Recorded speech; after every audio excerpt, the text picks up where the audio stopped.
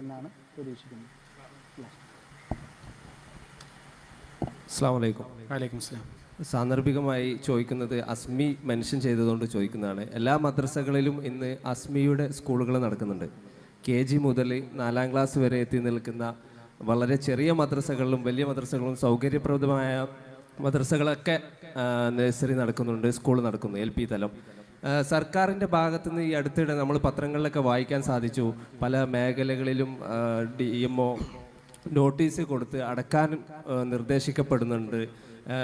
സ്ഥല സൗകര്യം പരിമിതമാണ്, മറ്റു സാഹചര്യങ്ങളൊക്കെ വിശദീകരിച്ചുകൊണ്ട് സ്കൂൾ എത്രയും പെട്ടെന്ന് അടക്കണം എന്നുള്ള രൂപത്തിലേക്ക് സർക്കാരിൻ്റെ ഭാഗത്തു നിന്ന് നീങ്ങുന്നൊരു അവസ്ഥ ഉണ്ടാകുന്നുണ്ട് എന്നുള്ളൊരു തോന്നൽ വരുന്നുണ്ട്.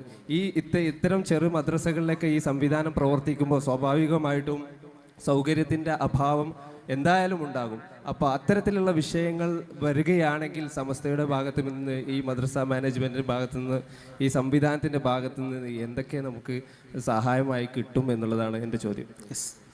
വളരെ കൃത്യമാണ്. അതിൽ 2 കാര്യങ്ങളാണ് നമ്മൾ ശ്രദ്ധിക്കാനുള്ളത്. ഒന്ന്, അസ്മിയെ സംബന്ധിച്ചിടത്തോളം അസ്മി രൂപകൽപ്പന ചെയ്തിട്ടുള്ള ഒരു വിദ്യാഭ്യാസ പദ്ധതി, സമസ്ത കേരള ഇസ്ലാം മത വിദ്യാഭ്യാസ ബോർഡിൻ്റെ ഒരു വിദ്യാഭ്യാസ പദ്ധതി എന്നുള്ള നിലയിൽ അതിലും ക്വാളിറ്റിയിൽ ഒന്നും കോംപ്രമൈസ് ചെയ്യാത്ത രൂപത്തിൽ തന്നെയാണ് അതിൻ്റെ ഓർഗനൈസേഷനും നടത്താൻ വേണ്ടി പറഞ്ഞിട്ടുള്ളത്.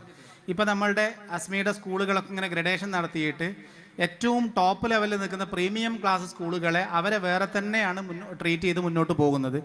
ആ രൂപത്തിൽ അതിനിങ്ങനെ ലെയർ ചെയ്ത് പോകുന്നുണ്ട്. അസ്മിയുടെ സംവിധാനത്തിൽ തന്നെ തീരെ സൗകര്യങ്ങളില്ലാത്ത, ഭൗതിക സൗകര്യങ്ങളൊന്നുമില്ലാത്ത, എല്ലാ രൂപത്തിലും ഫിറ്റല്ലാത്ത പല സ്ഥാപനങ്ങളുണ്ട്. ആ സ്ഥാപനങ്ങളോടൊക്കെ അസ്മിയുടെ ഭാരവാഹികളും അതുപോലെ തന്നെ സമസ്തയും പറഞ്ഞിട്ടുള്ളത് സ്കൂളിൻ്റെ ആംബിയൻസിലേക്ക് പറ്റുന്ന രൂപത്തിൽ അതിനെ പരിവർത്തിപ്പിക്കണം എന്ന് തന്നെയാണ്. കാരണം ഒരു കുട്ടിയെ സംബന്ധിച്ചിടത്തോളം LKGയിൽ പഠിക്കുന്ന, ഫസ്റ്റ് സ്റ്റാൻഡേർഡിൽ പഠിക്കുന്ന കുട്ടിയെ, ആ കുട്ടിക്ക് ഭൗതിക വിദ്യാഭ്യാസമാണെങ്കിലും മതവിദ്യാഭ്യാസമാണെങ്കിലും അത് അർഹിക്കുന്ന ക്വാളിറ്റിയോടുകൂടി, ക്വാളിറ്റി എന്ന് പറയുമ്പോൾ ഒരു ട്രാൻസാക്ഷൻ മാത്രമല്ല, കുട്ടിക്ക് കൊടുക്കുന്ന വിദ്യാഭ്യാസത്തിൻ്റെ ആ ഒരു ടീച്ചിങ്ങിൻ്റെ ക്വാളിറ്റി മാത്രമല്ല, അവരുടെ ആംബിയൻസ്, അവരിടപഴകുന്ന ക്ലാസ് മുറികൾ, ഭൗതിക സൗകര്യങ്ങൾ എല്ലാം ഉൾക്കൊള്ളാൻ പറ്റുന്ന രൂപത്തിൽ, ശരിയായ രൂപത്തിലുള്ള സൗകര്യം ഒരുക്കണം എന്ന് തന്നെയാണ് പറഞ്ഞിട്ടുള്ളത്. അത് ഒരുക്കുന്നതിന് നമ്മൾ കമ്മിറ്റികൾ വീഴ്ച വരുത്തരുത്, നമ്മളത് ചെയ്യണം. ഒരു കാര്യം.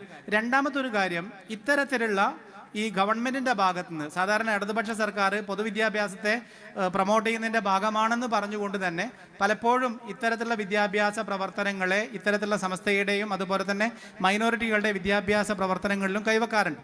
അങ്ങനെ വരുന്ന ഘട്ടങ്ങളിലൊക്കെ കഴിഞ്ഞ കാലങ്ങളിൽ അത്തരം വന്നപ്പോൾ നമ്മളുടെ ശക്തമായ പ്രതിഷേധവും അതുപോലെ തന്നെ മിനിസ്റ്ററി അടക്കം CM-നെ അടക്കം കണ്ടുകൊണ്ട് സമസ്തയുടെ ഭാഗത്തുനിന്ന് ഇടപെടലുണ്ടായപ്പം അതിന് നമുക്ക് ഒരു പരിഹാരം ഉണ്ടായിട്ടുണ്ട്. ഇനിയും അത്തരത്തിൽ ഒരു അടച്ചുപൂട്ടുന്ന ഭീഷണി വരുന്ന രീതിയിൽ വരുമ്പോൾ നമ്മുടെ നേതൃത്വം ഇടപെടുമെന്ന് തന്നെയാണ് നമുക്ക് പ്രതീക്ഷിക്കാൻ കഴിയുന്നത്. അവിടെ നമ്മൾ ശ്രദ്ധിക്കേണ്ട ഒരു കാര്യം, കുട്ടികൾക്ക് നീതി നിഷേധിക്കുന്ന രൂപത്തിൽ, കുട്ടികൾക്ക് ഭൗതിക സൗകര്യങ്ങൾ നിഷേധിക്കുന്ന രൂപത്തിൽ നമ്മളൊരു വിദ്യാഭ്യാസ സംവിധാനം, മദ്രസയും ഉണ്ടാകാൻ പാടില്ല, സ്കൂളും ഉണ്ടാകാൻ പാടില്ല. കാരണം ഇന്ത്യയിൽ ചൈൽഡ് റൈറ്റ് വളരെ കൂടുതലാണ്. ചൈൽഡ് റൈറ്റിൻ്റെ അതിൻ്റെ ബോധം നമ്മളിൽ ഉണ്ടാവണം എന്നുള്ളതാണ് ഇത്തരണത്തിൽ സൂചിപ്പിക്കാനുള്ളത്. എന്തായാലും നല്ല ക്വസ്റ്റ്യൻ, അതിൽ സമസ്തയുടെ ഇടപെടൽ ഉണ്ടാവുമെന്ന് പ്രതീക്ഷിക്കാം. അസ്സലാമു അലൈക്കും. വിദ്യാഭ്യാസ ബോർഡിൻ്റെ ലീഗൽ സെല്ല് അതിനുവേണ്ടി വർക്ക് ചെയ്യുന്നുണ്ട് എന്നുള്ളത് കൂടി നിങ്ങൾ അറിയിക്കുകയാണ്.